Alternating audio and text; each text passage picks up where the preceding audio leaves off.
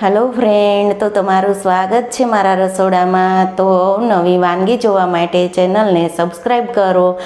આજે હું તમારી સાથે શેર કરીશ ચૂરમાના લાડુની રેસીપી। તો ચાલો શરૂ કરીએ રેસીપી। તો ચૂરમાના લાડુ બનાવવા માટે મેં અહીં જાડો ઘઉંનો લોટ લીધેલો છે કરકરો, અને 5 ચમચી ચણાનો લોટ લીધેલો છે, 5 ચમચી રવો લીધેલો છે, 1 વાટકી ગોળ લીધેલો છે અને 1 વાટકી ઘી લીધેલું છે। ઘઉંનો જાડો કરકરો લોટ છે તો તેને મેં ચાળીને જ લીધો છે। તો તેમાં હવે આપણે ચણાનો લોટ ઉમેરીશું, એમાં રવો ઉમેરીશું, 2 ચમચી તેલનું મોણ દેશું। વધારે તેલનું મોણ નથી દેવાનું, નહીંતર તેલની સ્મેલ આવશે લાડુમાં। તો તેને આપણે મિક્સ કરી લઈએ। તો તેને આપણે હવે મિક્સ કરી લીધું છે। તો તેને આપણે ગરમ ઉફાળા પાણીથી લોટ બાંધીશું। થોડું થોડું પાણી ઉમેરતા જઈ અને લોટ બાંધી લેશું। તો આપણે કઠણ એવો લોટ બાંધી લીધો છે। તો તમે જુઓ છો કે એકદમ સરસ કઠણ લોટ બાંધ્યો છે। તો આવી જ રીતે મુઠિયાના લોટને કઠણ બાંધવાનો છે। તો મુઠિયા આપણા એકદમ સરસ કઠણ થશે, તળવામાં કાચા ન રહે એનું ખાસ ધ્યાન રાખવાનું છે। અને બધા મુઠિયા એકારે તૈયાર કરી લેશું। તો મુઠિયા આપણા બનીને તૈયાર છે। તો હવે તેને આપણે તળી લેશું। તો મુઠિયાને આપણે ગોલ્ડન બ્રાઉન થાય ત્યાં સુધી આપણે તળવાના છે। મુઠિયાને આપણે મીડિયમ ફ્લેમ ઉપર તળીશું, તેથી આપણા મુઠિયા અંદર કાચા નહીં રહે। મુઠિયાનો કલર ગોલ્ડન બ્રાઉન થઈ ગયો છે। તો મુઠિયા આપણા તળાઈ ગયા છે। તમે જોઈ શકો છો કે મુઠિયા એકદમ સરસ રીતે તળાઈ ગયા છે। બધા જ મુઠિયાનો આવી રીતે આપણે ભૂકો કરી લીધો છે।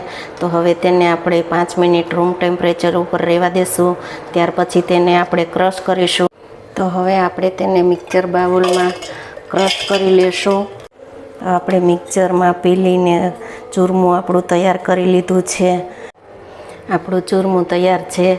તો તેમાં આપણે હવે દ્રાક્ષ ઉમેરીશું, કાજુ બદામ પિસ્તાના ટુકડા ઉમેરીશું, કોપરેલ છીણ ઉમેરીશું, અડધી ચમચી ઇલાયચી પાવડર ઉમેરીશું।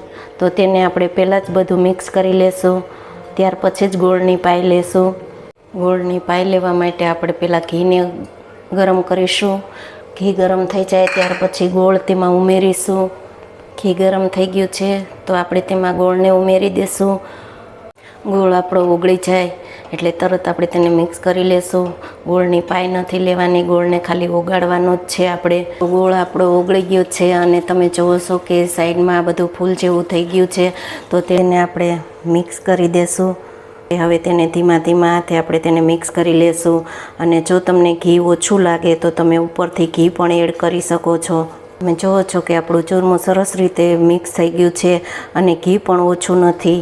તો હું તમને બતાવું કેટલું સરસ આપણું ચૂરમું બની ગયું છે અને ઘી પણ જરાય ઓછું નથી। તો તૈયાર છે આપણું ચૂરમું। તો હવે તેના આપણે લાડુ બનાવી લેશું।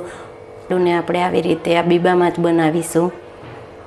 તો આપણા લાડુ બનીને તૈયાર છે। તમે જોઈ શકો છો કે લાડુ આપણા કેટલા સરસ બન્યા છે। તો તમે ચોક્કસથી મારી રીતે એકવાર બનાવજો, તો તમારા લાડુ સરસ બનશે।